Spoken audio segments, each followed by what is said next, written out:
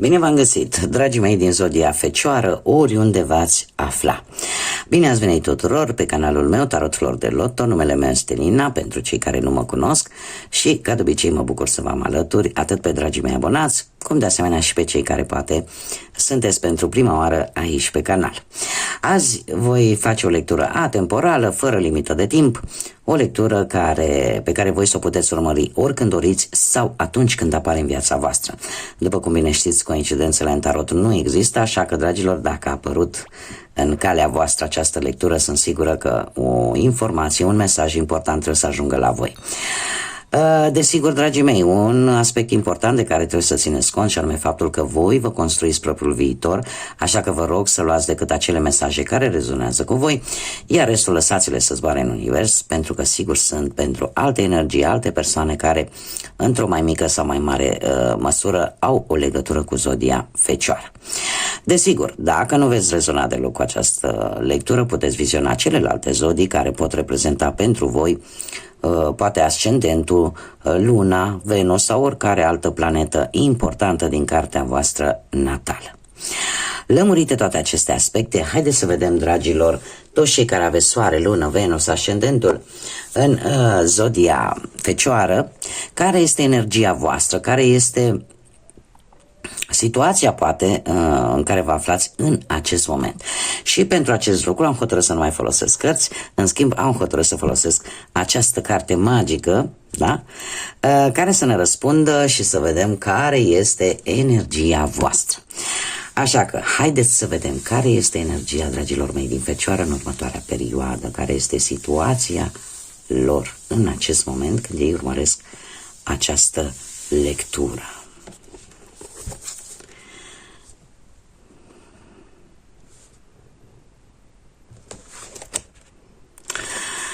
Vântul de primăvară. Un vânt proaspăt va sufla către viața ta amoroasă și va aduce cu sine pe cineva nou care ar putea să fie o șansă destul de neașteptată, la care nu te aștepți. E posibil ca viața ta să capete o întorsătură. În mâna ta stă decizia, așa că dacă cumva ai ca și întrebare acest aspect, ar trebui să-l relaționezi foarte bine cu acest mesaj. Ce vrea să ne spună de fapt cartea magică? Ne spune în felul următor, că e posibil ca următoarea perioadă către voi să vină vântul schimbării și mai ales pe plan amoros. Da? El poate veni desigur și pe alte planuri, mai ales pentru că este și o lectură generală, dar în special pe plan amoros se pare că va veni o schimbare. Ce mai vreau să ne spună cartea magică? Faptul că dacă voi aveți o anumită întrebare care vă frământă și care e posibil să fie relaționată cu partea asta a iubirii, a dragostei, se pare că răspunsul stă tot la voi. Da? Cert este că un vânt al schimbării se îndreaptă către voi și veți fi surprinși. Da? Veți fi surprinși, eu aș zice că foarte plăcut. Da? Haideți să vedem ce ne spune tarotul pentru viața profesională de data aceasta. Hai să începem cu munca și să vedem ce vine pentru dragii mei din Fecioară în următoarea perioadă. Și avem împărăteasa. Haideți să le punem așa să se vadă. Avem împărăteasa care pe partea asta a muncii îmi vorbește de avansare. Probabil că unii dintre voi ori la locul de muncă ați primit vreo avansare, ori lucrurile se desfășoară destul de bine. Sau poate ați avut o creștere. Avem diavolul care pe partea asta muncii îmi vorbește de oferte tentante, oferte foarte tentante din punctul ăsta de vedere profesional. Sau unii dintre voi ori ați fost tentați, ori veți fi tentați să cam combinați așa, munca cu dragostea. Da, eu aș spune că mare grijă cu cei care pot avea posibil la locul de muncă anumite, cum să zic eu, interferențe de natură amoroasă cu cineva care lucrează, coleg, șef, șefă. Mare grijă cum combinați aceste două lucruri, pentru că foarte bine nu știu dacă o să fie. Totuși, trebuie să vă spun, dacă sunteți în căutarea unui job, într-adevăr vine o ofertă foarte tentantă. Dar e posibil ca unele informații să nu vă fie dezvăluite. Iar voi trebuie să vă folosiți inteligența, rațiunea, logica și să cereți aceste informații. Chiar dacă poate nu le cereți la cine, nu știu, cu cine dați voi interviu sau unde ați depus voi documentele, CV-ul și așa mai departe. Cereți sfatul unei persoane abilitate care să vă dea răspunsurile de care voi aveți nevoie. Da? Cineva care se ocupă probabil cu anumite aspecte care țin de muncă, de viața asta profesională. Dacă nu, putem vorbi poate de un șef, o șefă dintr-o zodie de aer, Gemeni, Balanță sau Vărsător, care are un comportament așa care te cam supără. Te cam supără, de ce? Pentru că este probabil o persoană care nu prea pune preț așa pe problemele tale personale și asta te va face pe tine cumva să te gândești dacă să schimbi jobul sau nu. Dar, indiferent despre ce vorbim, este, cum să zic eu, trebuie să-ți folosești logica și rațiunea. Da? Indiferent de ce decizii vei lua, nu te lăsa purtat de emoții, da? De sentimente, trebuie să fii asemenea unui rege de spade. Chiar dacă aparent poți să fii văzut rece, ca o persoană rece, dar sunt situații în viață în care trebuie să fim așa. Iar pe partea asta muncii, mie asta mi-apare. Deci mare grijă pentru cei care e posibil să aibă relații cu colegi, șefi și așa mai departe, relații altfel decât cele de muncă, mare grijă, și cei care sunteți în căutarea unui job, o ofertă bună vine, este promițătoare, doar că e posibil anumite informații să nu vi se spună și atunci voi va trebui să le căutați în așa fel încât chiar dacă acceptați această ofertă, să o acceptați în cunoștință de cauză. Haideți să vedem cu bănuții cum stați, dragilor, din Fecioară, cum stați cu partea asta financiară, materială, pentru dragii mei din Fecioară. Și avem un paj de bâte, o veste pe care voi ați primit-o de la cineva, posibil din trecutul vostru. Faptul că vorbim de bani, eu aș spune că dacă ceva probleme financiare ați avut în trecutul apropiat, au apărut și rezolvări. Nu știu, poate ți s-a mai pus ceva bănuți la salariu sau poate nu știu, a apărut vreun împrumut de pe undeva, vreun credit sau poate pur și simplu o sumă de bani care te-a cam echilibrat. Dar eu aș spune că e ceva legat de trecutul tău îndepărtat. Da? Deci nu vorbim de trecutul apropiat, vorbim de niște ani buni în urmă. Șasele de cupe îmi vorbește despre o situație din trecut, nu știu dacă e o moștenire sau vreun împrumut sau nu știu, poate că obții niște bani din vânzarea unor obiecte care au valoare, foarte vechi, da? Care au o anumită valoare. Iar asta, faptul că se repetă cifra 6, asta îmi spune că cumva îți regăsești un pic un echilibru din punctul ăsta de vedere material.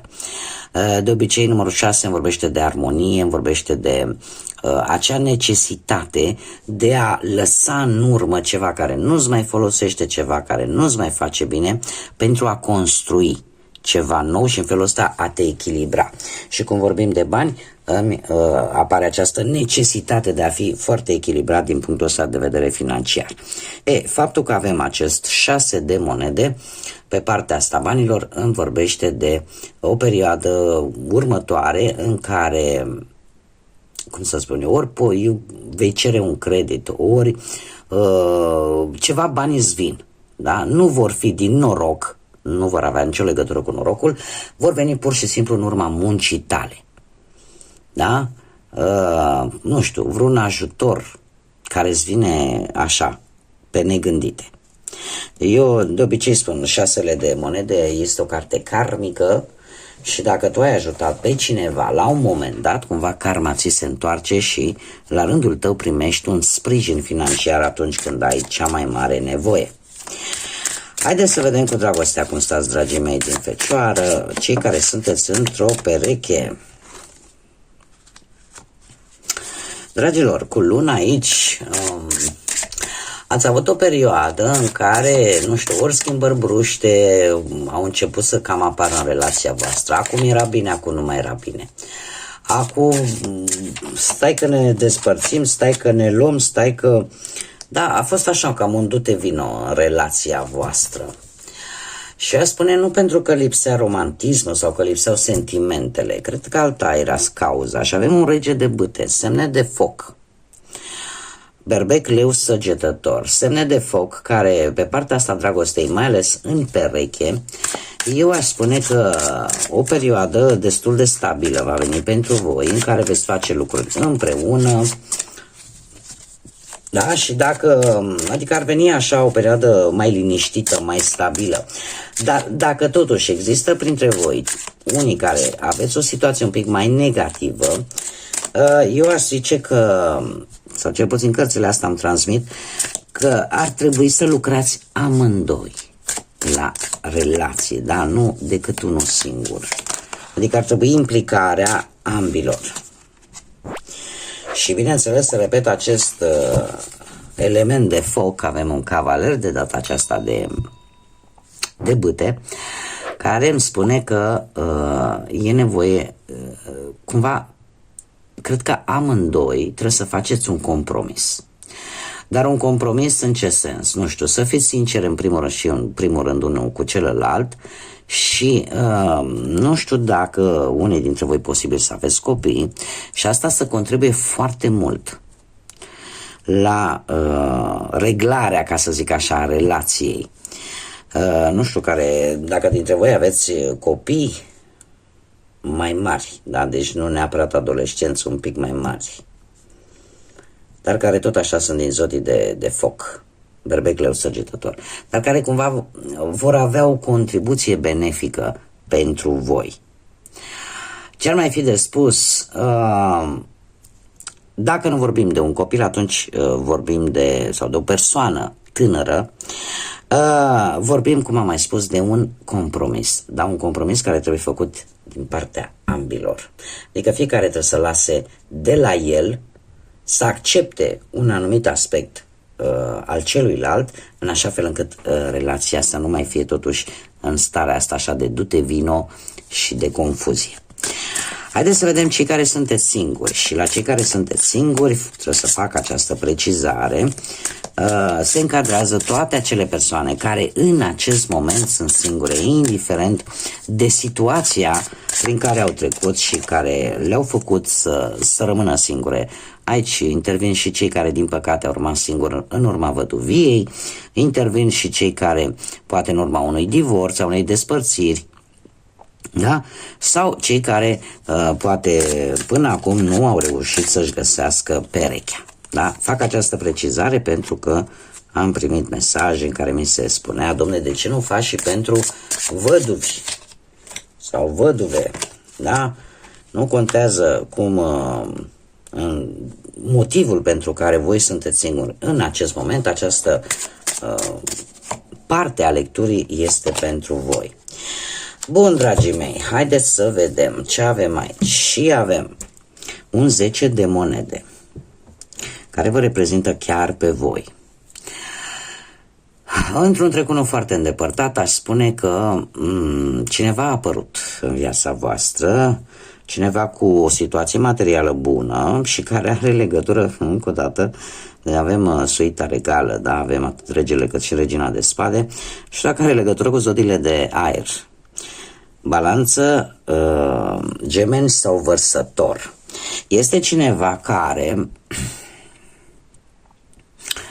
e posibil să fie avut o experiență destul de neplăcută în dragoste și care în acest moment nu-și mai arată deschis pe față sentimentele, da? Și le arată foarte greu și în aparență aș spune este o persoană care are un intelect dezvoltat, care este foarte hotărâtă, da? Sau posibil, dacă vorbim de o doamnă, să aibă niște caracteristici un pic mai masculine, da? Mai luptătoare, așa.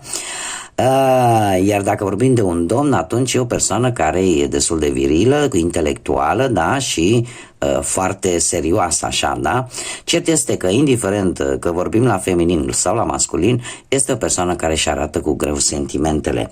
De ce? Pentru că avem aici moartea, semnul Scorpionului, poate vă spunem sau nu ceva, care îmi vorbește de o transformare.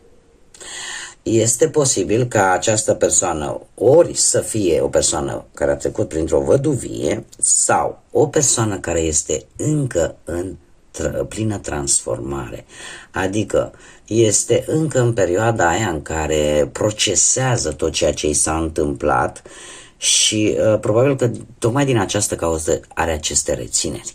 Acum, trebuie să vă mai spun un lucru. E posibil ca și voi, dacă această regină de spade nu ne vorbește de o persoană și ne vorbește de o situație, de un aspect, atunci puteți fi chiar voi cei care încă nu sunteți într-o plină schimbare, într-o plină transformare și încă nu sunteți pregătiți să vă arătați sentimentele, chiar dacă, da, e posibil să fie apărut cineva în viața voastră. Da? Bun, haideți să mergem să vedem ce are de spus copilul vostru interior, acel copil care există în interiorul fiecărei persoane, da? Un mesaj, te rog, pentru dragii mei din Fecioară, pentru următoarea perioadă, să vedem ce îți spune acest copil interior din voi. Un mesaj, te rog, pentru dragii mei din Fecioară.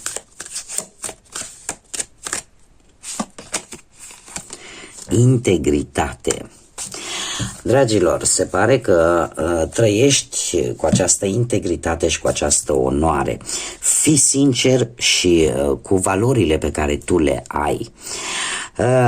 Ne vorbește de integritate, asta ce înseamnă? Că trebuie să încercați să fiți cât mai autentici posibil, cât mai etici, cât mai onești.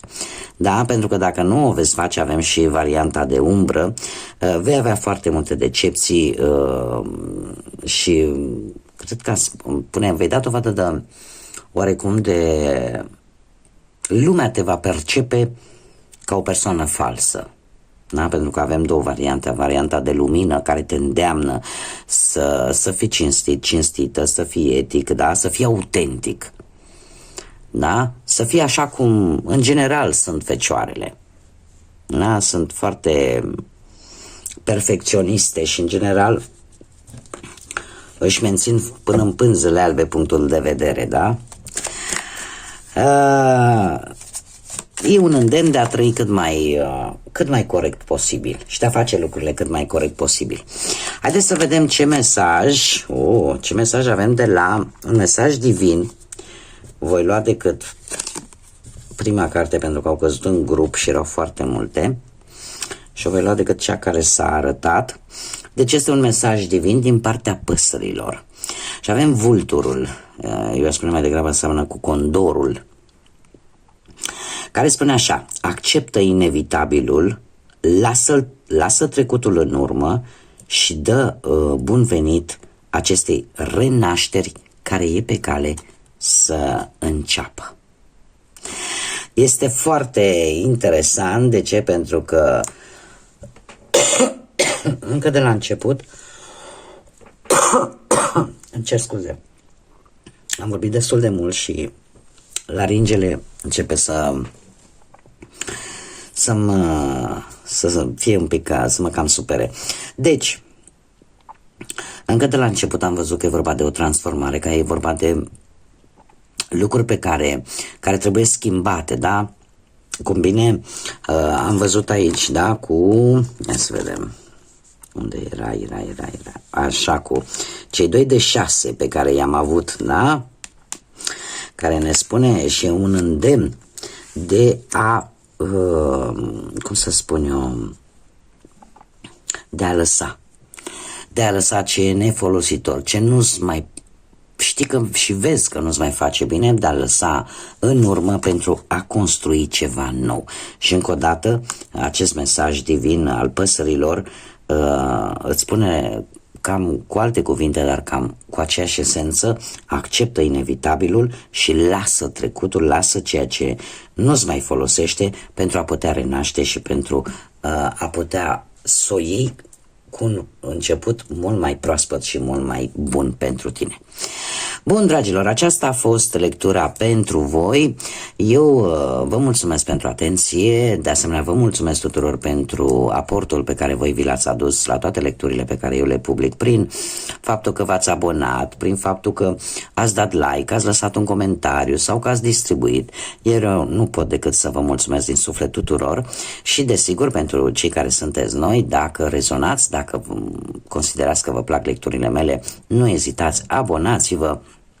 În felul ăsta mărim această comunitate frumoasă a florilor de lotus și, de asemenea, nu uitați de like-uri, de comentarii și de distribuiri. Până data viitoare, când ne vom revedea, vă doresc multă lumină în suflete și în gânduri, multă energie pozitivă și, ca de obicei, să fiți iubiți, dragilor!